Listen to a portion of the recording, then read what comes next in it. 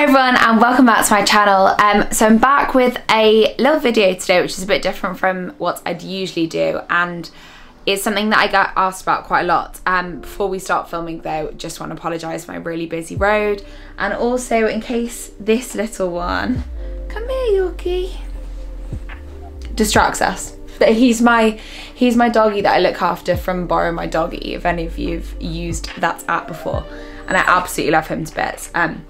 He's a cockapoo like mine at home, and he's just so cute. So yeah, today we are going to talk a bit about bloating, and I want to answer a few questions you guys have, kind of talk about my own experience and the things that I've been through, and yeah, just see how I can help you basically. So just a disclaimer before I start, I am not super knowledgeable on this. I'm just speaking from my own experiences. I don't have any medical background at all. I only did science up to GCSE, so this is literally all things that I've researched myself. I'm not making any claims. I can tell you exactly what's worked for me, but I don't know what's going to work for you guys. So just start off talking a little bit about my experience with stomach issues. So my stomach problems probably started at the age of 14. They run in my family to an extent, especially the females. A lot of them have quite bad digestive problems, and I think I've got 3 celiac members of my family.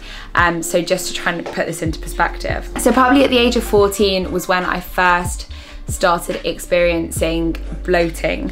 I'd get really bloated, and it's quite a young age to get that. I know from my experience I didn't have any other friends that would have that, so we used to not really understand what it was. My friends used to be like, oh my god, that's so funny, you look like you're like 6 months pregnant, and we used to joke about it all the time. I didn't really mind it. The only thing would be, obviously the bloating for me would come with quite a lot of pain, and I didn't really know that much about nutrition. I've always been quite a healthy eater. My family is very healthy, but I don't think I realised quite how much what you eat can link to that problem. So I come from a family where both my mum and my stepmom both cook absolutely everything from scratch. There were no sort of microwave meals, anything like that. We probably had the odd takeaway, but everything was very fresh, full of vegetables, and I've very much always got my 5 a day in.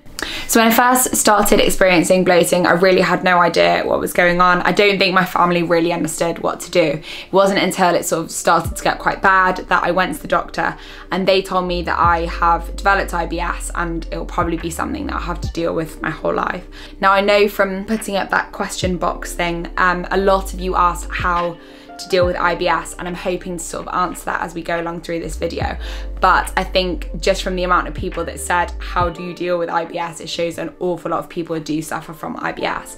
So the first suggestion was that I go on a FODMAP diet, which I know they recommend you doing quite a lot to try and figure out if you're intolerant to things or things that really irritate you. So I did that. I've probably done that about 2 or 3 times over the last 10 years. And I did that, and really nothing came of it. I didn't think that it had certain things that would really irritate me. It would always sort of get harder towards the end of it. For those of you that don't know, the FODMAP diet is basically a diet where you are taught to cut out certain things and then gradually reintroduce them to see how your stomach reacts to them. So I sort of went for a few years not having any idea what to do about this bloating issue that I had, and it wasn't until I went to sit my A-levels around that time that I started to get really ill. I think it started with throwing up. I got severe stomach ache, couldn't keep any food down, just felt absolutely drained, really washed out, and eventually ended up in hospital. Had an endoscopy, missed a few of my A-level exams, which was an absolute nightmare. And the overall outcome from that experience was that they had no idea what was wrong with me. It just eventually settled down. So I was on loads of different medications, trying kind of neutralize my stomach acid, loads of different things, and they just couldn't figure out what was wrong with me. But it did eventually go. So a few years later, I was still experiencing quite a lot of stomach issues, just more in the way of like being uncomfortable or just having reactions to things. Sometimes it'd be really bad and I couldn't like go out with my friends, but quite often it was sort of manageable but just there, and not really very pleasant to have to deal with. My body's way often of telling me it's unhappy is I'll throw up. I know a lot of people experience more like bowel problems, which I think is probably more normal, but I'm quite a like, yeah, I'm sick probably more often than the average person, which isn't ideal. So a few years later, I figured out that I had quite a few food intolerances. Some I knew that I'd had as a child, but I think I'd become more tolerant to over the years, and they were to dairy and to gluten. And I was suddenly starting to have really bad reactions to those, especially dairy products. I know when I was younger, there was part of my life that I was brought up on soy milk, and I know from what my mum says, I didn't eat cereals or anything like that when I was little, just because I couldn't really digest those things very well. So especially whilst I was at uni, I was trying to figure out like what worked with my body, what I really couldn't eat, what would make me feel really unwell, and what was a sort of staple fine thing. Like I'd know if I had to wear a really tight outfit or something, I could eat that and it wasn't going to make me really bloated. And I was really struggling to do that and find my feet. And then it got to third year of uni, and I just woke up one day with the most horrific stomach ache, and I just knew something wasn't quite right. It probably took me 2 or 3 days before I decided to go to the doctor about it, but it was basically a really bad stabbing pain. It was more like my upper abdomen on the left hand side, and it was like nothing I'd ever experienced before, even when I'd been ill around the time I sat my A levels, which I'm guessing is about 18. Is that 18? I was 17, I think. So I went to the doctor, they ended up referring me straight to the hospital. By this stage, I'd started vomiting. I couldn't keep anything down. The pain was so excruciating. I couldn't move to the side without being just completely crippled over in pain. I couldn't walk. Yeah, just couldn't intake any food, basically. Even liquids were a struggle. So kind of got passed through the hospital system quite quickly, ended up having another endoscopy like I'd had when I was 18. And they found out that I was suffering really badly from H. pylori, which is short for Helicobacter pylori, and you're best probably Googling what it is if you don't know. But basically I think it's bacteria that sits in your stomach, and don't quote me on this, but a lot of people can have it and it never shows any symptoms. But I was one of those people that happened to get really unwell from it, and my stomach was severely inflamed as well. So I spent a few months after that just trying to get better. I was at home for quite a long time, missed some of my university exams, had to resit some. It was all a bit of a nightmare. Ended up on a ton of different medications, and eventually it went away. I had a spell a few months later where it came back again, but because I was under specialist at this time, I could get rid of it really quickly through the medication. But I think I'm still at risk of getting it again, so I do have to take precautions. I was told actually at this time that I should never really drink again, as in alcohol, which wasn't great to hear, considering I was just going into like the most exciting end part of my 3 years at uni, where there's a lot of drinking and graduation balls and things like that. And not that I'm a huge drinker, but I'm definitely part of a friendship group where alcohol is involved in quite a lot of our activities. So I sort of drink at my own risk now, but I think I found quite a healthy balance with it, and I don't do too much casual drinking. So here's my 2 stories and like a little bit of history on me and my digestive problems, basically.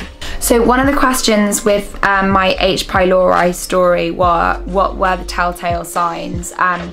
And in my case, the telltale signs were the severe stomach pain, and I was very bloated, and I was actually throwing up. And I don't know if those are the normal signs, but that's what I experienced, and that's what made me sort of go and investigate. Sorry about the noise, by the way. He's just chewing some plastic on the floor, but I think he seems quite entertained, so I'm gonna leave him to do that. So the next question that I got from so many people was how to reduce IBS. So I just want to share with you a few things that I personally do to help with my stomach. So I'd say my sort of day-to-day go-to kind of thing is I take acidophilus, which is like a healthy bacteria. I actually have one that I keep in the fridge. I think it was from Holland & Barrett. And it's really essential that you get a good quality one. But I find that just helps with my digestion, and I think gut flora as well. But I'm not absolutely certain about that. So the other thing is I drink quite a lot of peppermint tea, and I can't work out whether this is a bit of a placebo effect, and it starts me thinking about it properly, but I find peppermint tea just helps me so much. I think it's a warm drink anyway. I don't find that cold drinks help with my digestion and bloating if I have it but I always find that warm drinks sort of settle it a little bit.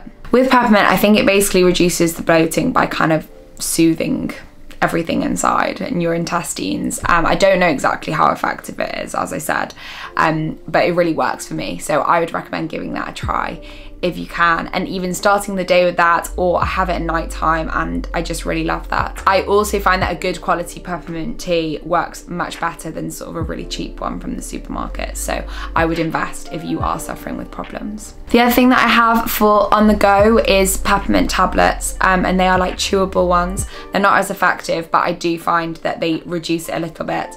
And again, it's like that whole placebo effect thing. If you think you're doing something that's gonna help you, then I just really genuinely believe it does. The other thing I do carry is Buscopan, and that you can just get over the counter from a pharmacy, and that works really well for me as well. That also helps to reduce the pain. So if you're having like stomach cramp pain as well as the bloating, which I often find come together when your stomach literally feels like it's like you've got a knot in it, Buscopan's really good for that. So it's good for sort of traveling on the go, and I have it alongside my peppermint tea often as well.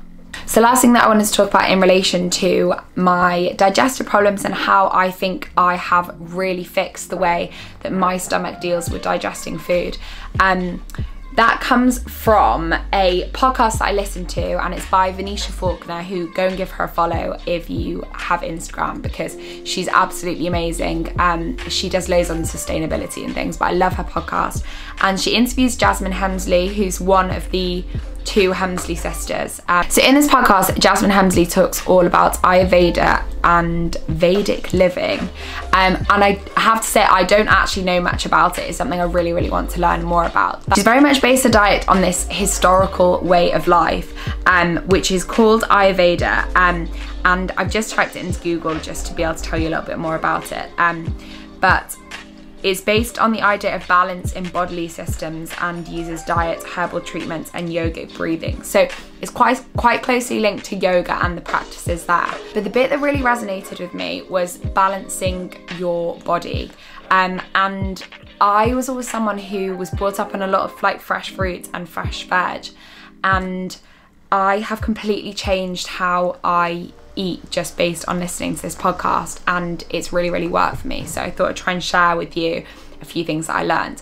So one of the things was raw fruit, raw veg, absolutely amazing if you have a really, really strong digestive system that can easily digest these things that are full of fiber. Well, obviously you can't digest fiber, but these really like fibrous foods, very nutrient dense.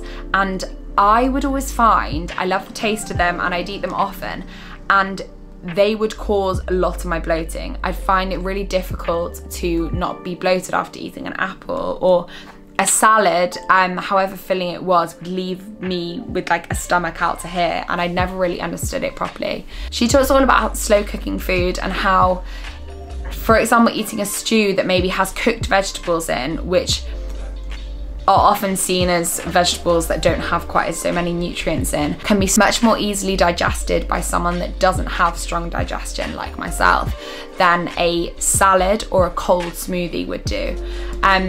She also talks about eating, I think it's eating for like the temperature outside, and there are lots of things that I really related to in this podcast, and I'm trying to sort of put them as simply as I took them. So for example, smoothies are seen as a really great way of getting loads of nutrients in. You can pack everything into a blender, add spinach to it these days, kale, all these different things. But eating a smoothie on a cold winter's day, and obviously in England it's quite often very cold, is really not the best thing for your body, and you're not really listening to like what it needs at that time. So what I tend to do nowadays is eat much more slow cooked, or just food that contains vegetables that are already cooked, or when it comes to fruit, I will put it through a juicer rather than eating lots of whole pieces of fruit, and that really helps me to take the nutrients from things without feeling the horrible bloat afterwards. So when it comes to like lunch and dinner, where sometimes I'd have a salad packed full of loads of nutrients, maybe brown rice, all these different things in, I'll now more often go for a stir fry or a soup, or something like a spaghetti bolognese or like a pasta dish where I've cooked everything that goes into it, and that just really seems to help me with bloating, and it seems to do part of like the digestive process for me, if that makes sense. So Jasmine's recipe book is called East by West, and you can buy it off Amazon, and it's just genuinely a recommendation of mine because I've absolutely loved learning about the things that she writes about in there. And they're just amazing like comfort food recipes as well. So yeah, I think I've covered basically everything that people ask me about it. I know it's a lot of things that especially a lot of girls seem to deal with, and I just thought I'd share my experiences and hope that I can maybe help a few people along the way. So if you did enjoy my video, as always, please give it a thumbs up and subscribe, and me and maybe Yorkie, maybe, I'll see you in my next video.